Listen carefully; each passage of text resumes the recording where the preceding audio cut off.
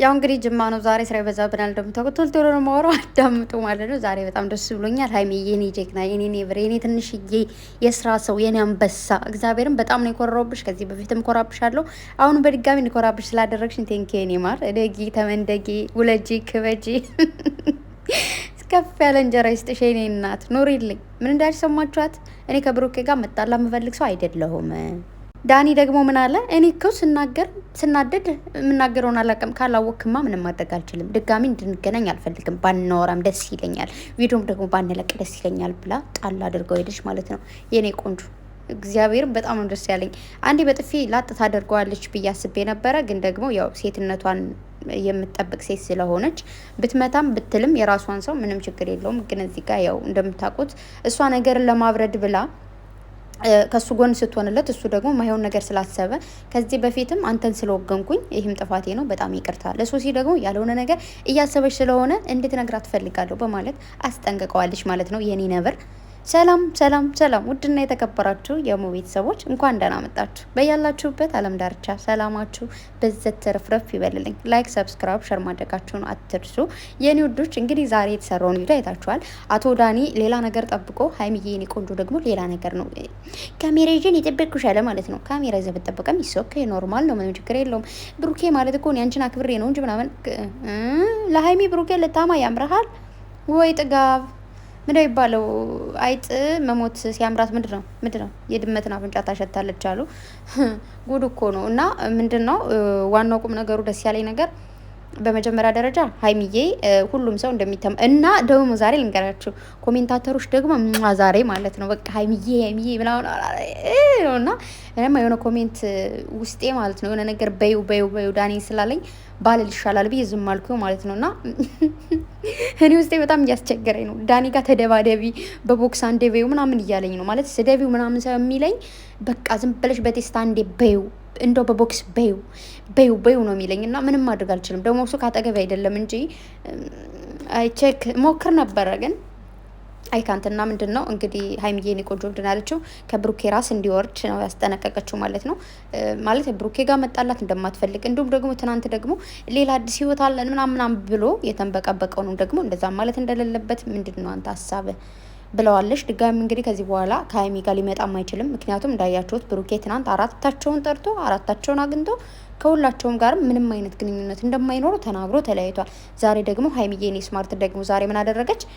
አገኘችው። ከዚህ በኋላ ከህይወቷ እንዲወጣላት ነገረችው ማለት ነው። ከዚህ በኋላ እና ደግሞ በጣም ደስ ያለኝ እዚህ በፊትም ነግሬያችኋለሁ፣ ሀይሚም ሆነች ብሩኬ የሆነ ስራ ሲጀምሩ ኮሜንት አያነቡም ወይም ደግሞ የማንም ሀሳብ አይቀበሉም። ማንም ስልክ ይደውል፣ ማንም ሜሴጅ ጻፍላቸው ምናምን የማንንም ነገር የማያዳምጡትን ነገር ወደዋለሁ ብያችሁ ነበር። የሆነ ሰው ስራ ሲጀምር የሆነ ፕሮግራም ሲኖራችሁ ያን ፕሮግራም እናንተ ብቻችሁን ስለሆነ የጀመራችሁት ብቻችሁን መጨረስ አለባችሁ። ምክንያቱም የሌላ ሰው ሀሳብ መሀል ላይ እየመጣ ከገባ ሀሳባችሁ ምናችሁ ድብልቅልቅ ስለሚል ማለት ነው። ግን የጀመሩትን ነገር ራሳቸው በጀመሩት መልኩ ራሳቸው እስኪጨርሱት ማንንም አዳምጡም። ዛሬ ካያችኋት ከሰማችኋት ሀይሚ ምንድን አለችው? እኔ ጭንቅላቴን ስለምፈልገው የማንንም ኮሜንት አላነብም። ማንም ሰው የፈለገውን ነገር የመመልከትና የፈለገውን አስተያየት የመስጠት ሙሉ መብት አለው ብላለች ማለት ነው። ቴንክ ዩ ቆንጆ። እኔ ዋናው ይሄ ነገር እንዳይጎዳሽ ነው የምፈልገው።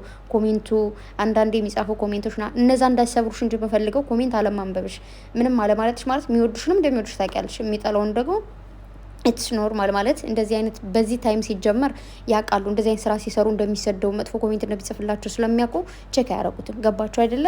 ስለዚህ ያ ነገር ነው ደስ ያለኝ ማለት ነው። ሀይሚዬ እንኳንም አላነበብሽው እንኳንም ደግሞ ያው ባታገኙ ማለት አልችልም። ለምን አገኘሽው እንዳትሏት፣ ምክንያቱም አግኝታ የመጨረሻ ማስጠንቀቂያ ነው የሰጠችው። ድጋሚ ከህይወቷ እንዳይገባ ልታወራውም እንደማትፈልግ ቪዲዮም ደግሞ ከሱ ጋር መስራት ወይ ደግሞ ከሱ ጋር መልቀቅ እንደማትፈልግ ነው የተናገረችው። ምክንያቱም ሶሲ ደግሞ ሌላ ነገር እያሰበች ስለሆነ ለእሷ እንድታስረዳ ትፈልጋሉ። ስትለው ምንድን ያለው ሶሲ ማለት እኮ ገደል ግባ እያልሽ ሶሲ ማለት እኮ ምናምን ወረኛ ከሶሲ ጋር አብራችሁ አሸሸው ገዳሚ ስትሉ እየዋላችሁ እያደራችሁ እዚህ ጋር መጠ ደግሞ ሶሲ ማለት እኮ ምናምን ትላለ ማለት ነው።